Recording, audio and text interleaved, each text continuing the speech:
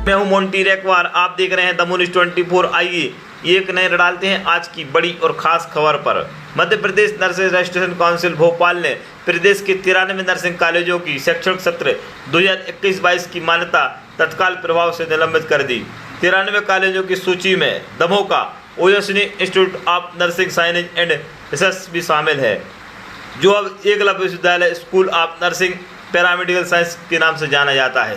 एकलव्य विश्वविद्यालय के संरक्षक डॉक्टर सुधा मलैया के द्वारा आज एक प्रेस कॉन्फ्रेंस का आयोजन किया गया और उन्होंने अपना पक्ष रखा और कहा कि हम जल्द ही कोर्ट में जाएंगे और सफाई देंगे, जिसकी तैयारी हो गई है। साथ ही उन्होंने कॉलेज में अध्ययन अच्छा छात्राओं अभिभावकों से कहा कि आप लोगों को चिंता करने की जरूरत नहीं है, आपके बच्चों की चिंता डॉक्टर सुधा मलैया करेगी और उनका भविष्य खराब नहीं होने देंगे। दरअसल 2020-21 में मान्यता प्राप्त नर्सिंग कॉलेजों को अकादमी भवन, छात्रावास, लैब, उपकरण संबंध अस्पताल के आवश्यक दस्तावेज और वर्तमान समय की फोटो 10 मई 2022 तक उपलब्ध कराने को कहा गया था। हालांकि इन कॉलेजों में चाहे गए दस्तावेज उपलब्ध नहीं कराए गए, जिस कारण नर्सिंग रजिस्ट्रेशन काउंसिल इतना बड़ा फैसला लेना पड़ा। तो वहीं मिली जानकारी के अनुसार फर्जी नर्सिंग कॉलेजों से संबंधित मामलों को लेकर भी लॉ स्टूडेंट एसोसिएशन के अध्यक्ष ने जनहित याचिका लगाई थी, जिस पर बेंच में सुनवाई के दौरान यह बताया गया कि विगत वर्षों खुले हुए 94 नर्सिंग कॉलेजों की इस वर्ष अनुमति नहीं दी जाती। इसके अलावा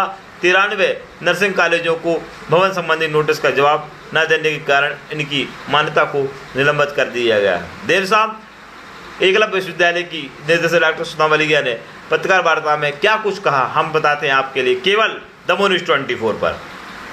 वो बड़ा सरप्राइजिंग है, बहुत अमेजिंग है, क्योंकि ये हाई कोर्ट का मामला है। इसलिए मैं न्यायाधीश के निर्णय पर मैं टिप्पणी नहीं करूँगी।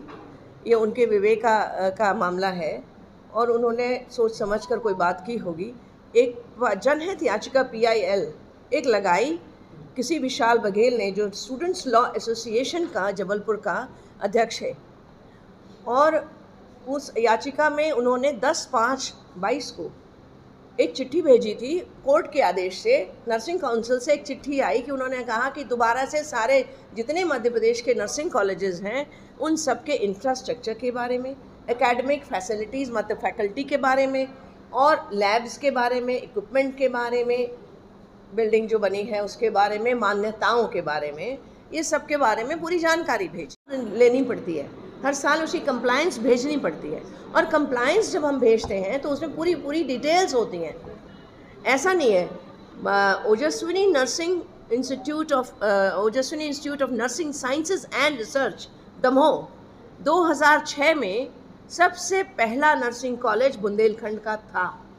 उस समय जब यहाँ पर नर्सिंग में हमारे यहाँ के घरों की बच्चियाँ नहीं निकलती थी, जब केरल से स्टूडेंट्स लाने पड़ते थे, उन दिनों शुरू के 2-3 साल में स्टूडेंट्स नहीं मिलते थे। अब आज आप सब जानते हैं कि नर्सिंग कॉलेज एक ऐसा करियर और प्रोफेशन है जिसमें केवल मतलब अगर BSc नर्सिंग हो गई तो उसकी नौकरी पक्की है।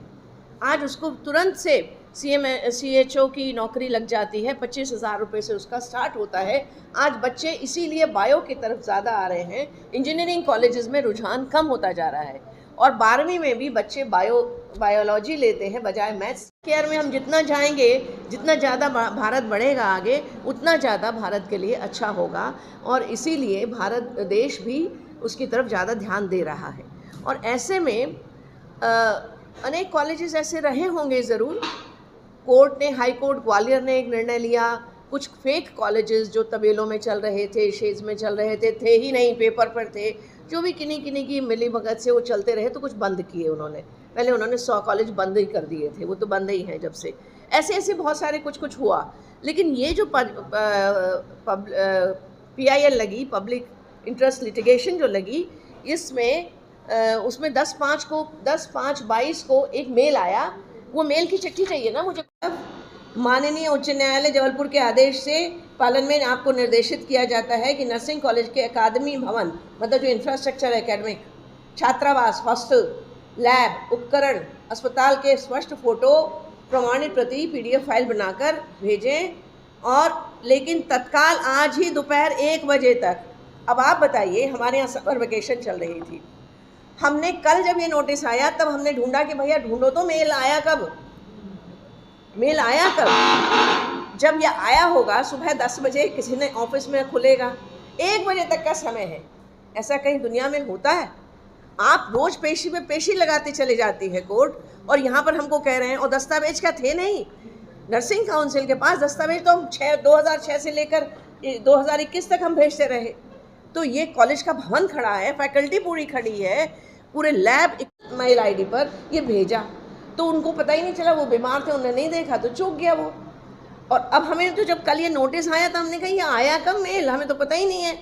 परसों रात ज़रूर हम किसी से बात कर रहे थे भोपाल में, किसी ऑफिशियल उससे बात कर रहे थे, बोले मैडम आजकल तो ये चल रहा है, वो रजिस्ट्रार जो है नर्सिंग काउंसिल की, उसको 10 दिन से कोर्ट खड़ा करी है, वहाँ सुबह से शाम तक खड़ा करती है, उसकी हालत ख़राब करी हुई है।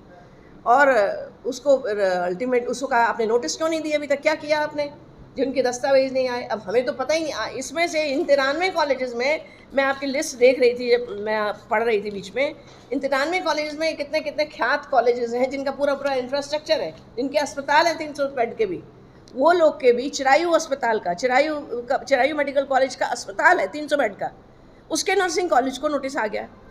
एलन यूनिवर्सिटी जो एलन सिटी जो मध्य प्रदेश का सबसे नंबर 1 ग्रुप है, उसके एलन नर्सिंग कॉलेज को नोटिस है, इसमें उसकी मान्यता निलंबित कर दी। कुशाभाऊ ठाकरे नर्सिंग कॉलेज जो one of the best colleges in Madhya Pradesh in Bhopal, उसकी मान्यता नर्सिंग कर दी। SVN यूनिवर्सिटी का, उसका एक छतरपुर में है, एक यहाँ सागर में है, उसकी मान्यता। ऐसे 93 कॉलेजेस हैं। ये कोई आधार ही 40 साल 60 साल पेशी दर पेशी करते चले आते हैं, और आप 3 घंटे के अंदर दस्तावेज मांग रहे हैं। It is impossible. और दस्तावेज के थे नहीं काउंसिल के पास। काउंसिल इस प्रकार से मान्यता निलंबित नहीं कर सकती है, ये सबको पता है। और ये सब जाएंगे, हम लोग इंटरवीन कर रहे हैं कोर्ट में। अब सारे के सारे कॉलेजेस मिलकर इंटरवीन कर रहे हैं। आज शाम को हम अपने वकील से बातचीत कर रहे हैं और करेंगे। तो मेरा आपके माध्यम से ये कहना है कि ज़रूरत नहीं है, ऐसे मान्यताएं निलंबित नहीं हुआ करती।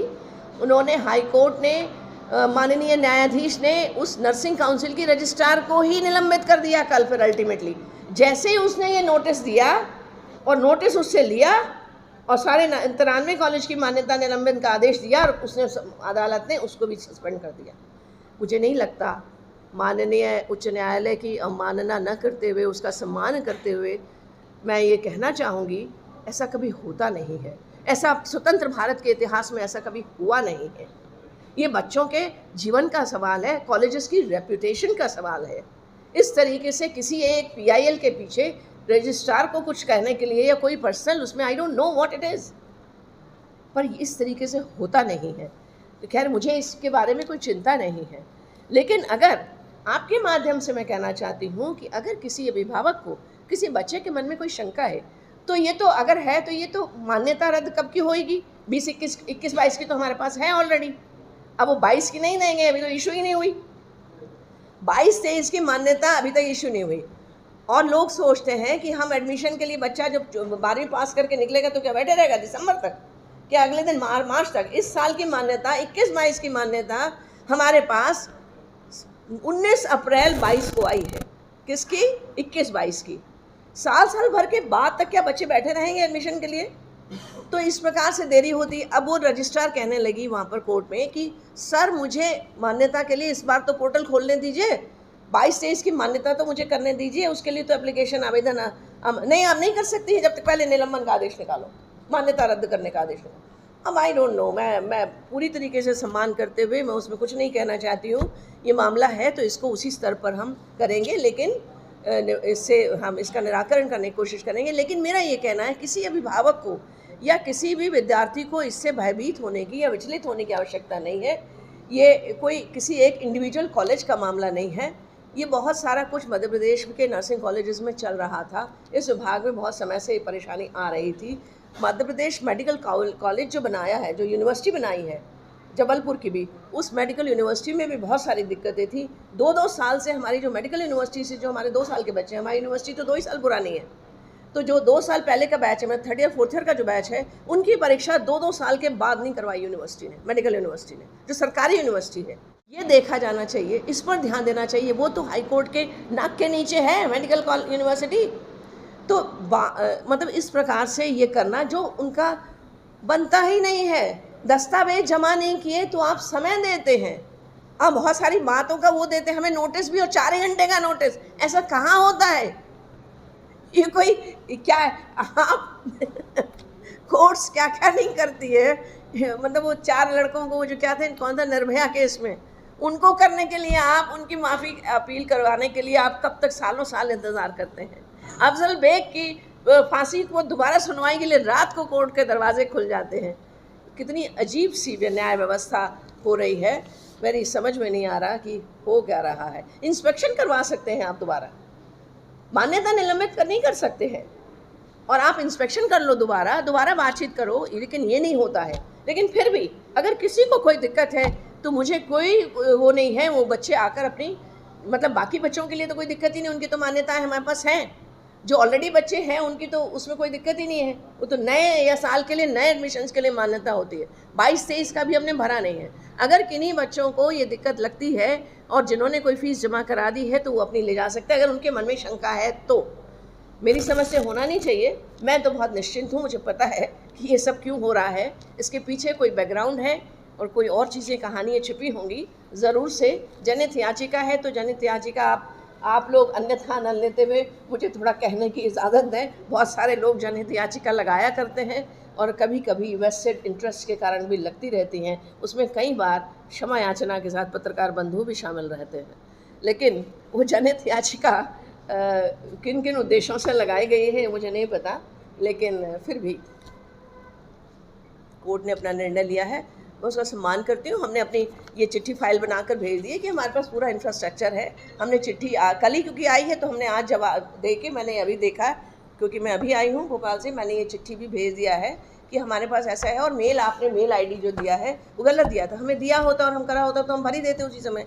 भराई रहती है वो तो डिजिटल उस पर रही है ना, पूरी की पूरी इन्फॉर्मेशन हर साल देनी पड़ती है, तो इसमें कोई दिक्कत नहीं है, घबराने की कोई आवश्यकता नहीं। ना इसमें किसी की प्रतिष्ठा पर कोई आँच आई है, और ना ये जो सोशल मीडिया पर जो बातें चल रही हैं या ओजस्विनी कॉलेज की नहीं, 93 कॉलेजेस की मान्यता इनका निलंबन का, सस्पेंशन का है। इट इज़ सस्पेंशन, रद्द नहीं हुई है। निलंबन इज सस्पेंशन। एक होता है termination, rejected, cancelled. This is suspension. This is suspension of the manyata for this current year.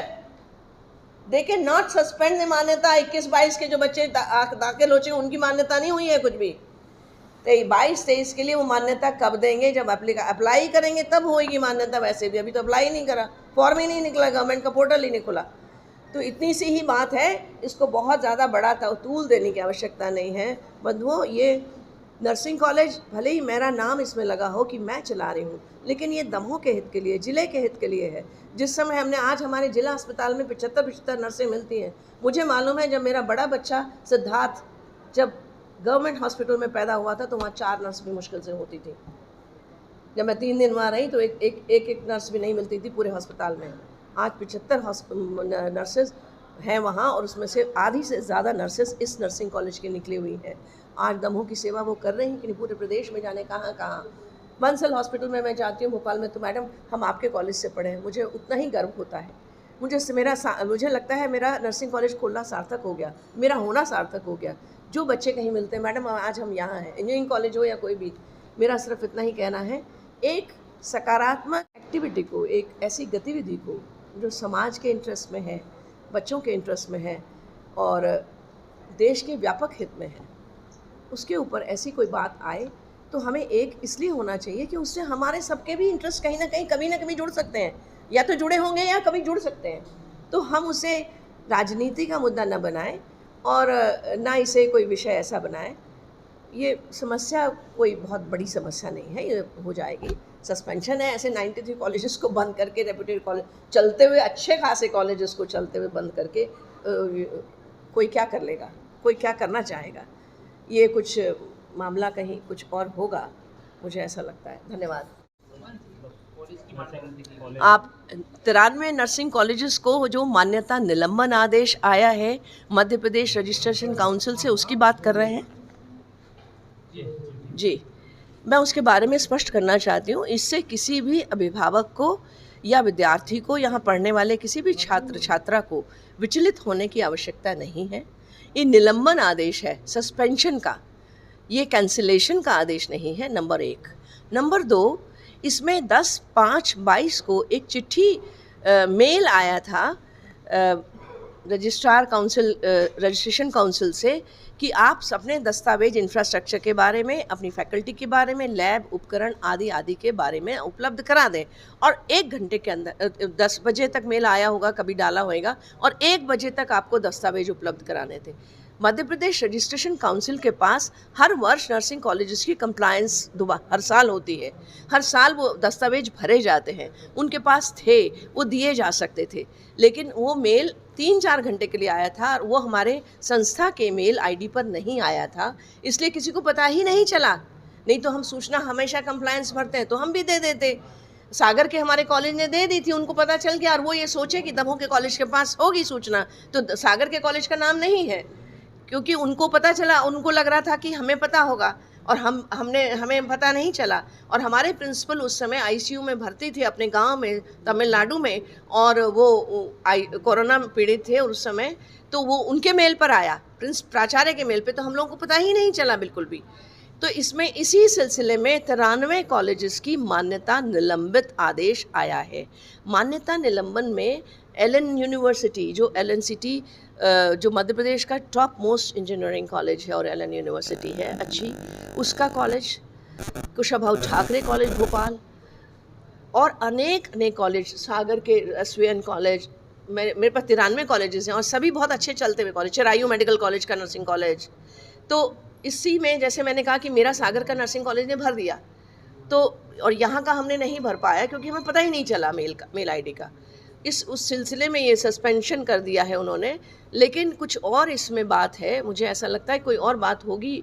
और इस समय क्योंकि नर्सिंग कॉलेजेस के ऊपर बहुत सारी जांच बहुत सारे कॉलेजेस में बिठाई गई थी, इंस्पेक्शंस भी बहुत हुए थे, तो वो हम इसके बारे में कोर्ट में इंटरवीन करेंगे। हम अपने तरफ से अपना मामला पेश करेंगे। अपने सारे दस्तावेज की हमने फाइल बना ली है, उसका उत्तर भी हमने दे दिया है, उसकी कॉपी भी उपलब्ध करा देंगे।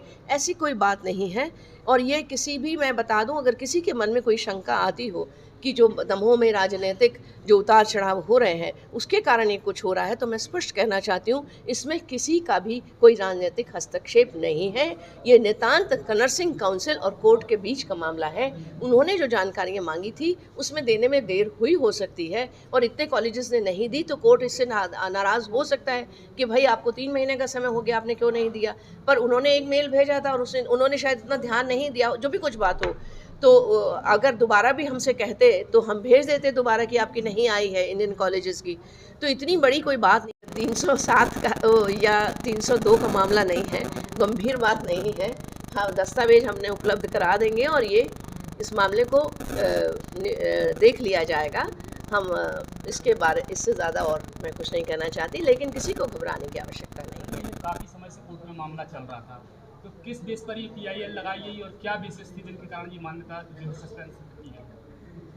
कई बार क्या होता है, कुछ लोगों की, जैसे मुझे नहीं पता है, जानकारी ज़्यादा नहीं है, जनहित याचिका थी एक कोई कि भाई सब कॉलेजेस के हमें भी मान लिया किसी को मान्यता नहीं मिली, मान्यता मतलब उसको परमिशन नहीं मिली कि आप कॉलेज शुरू करो, नया कॉलेज किसी को खोलना है, और किसी को नहीं मिली। उसने कहा ठीक है, तो मुझे नहीं मिली, तो हम देखते हैं कि सारे कॉलेजेस में कितनी है कि नहीं है, कितनी सुविधाएं हैं, इंफ्रास्ट्रक्चर है कि नहीं है, उनकी लैब है कि नहीं, उपकरण है कि नहीं, फैकल्टी है कि नहीं, आदि आदि। तो सारे कॉलेजेस की, पूरे मध्य प्रदेश के कॉलेजेस की उन्होंने, नर्सिंग कॉलेजेस की उन्होंने दस्तावेज मंगवाए। उसी में ये जो मेल आया, और मेल इतनी जल्दी में आया कि 3 घंटे में तो वैसे भी कंप्लायंस नहीं हो पाती, 3 घंटे तक तो दस्तावेज ही आदमी जुटाता रहता है।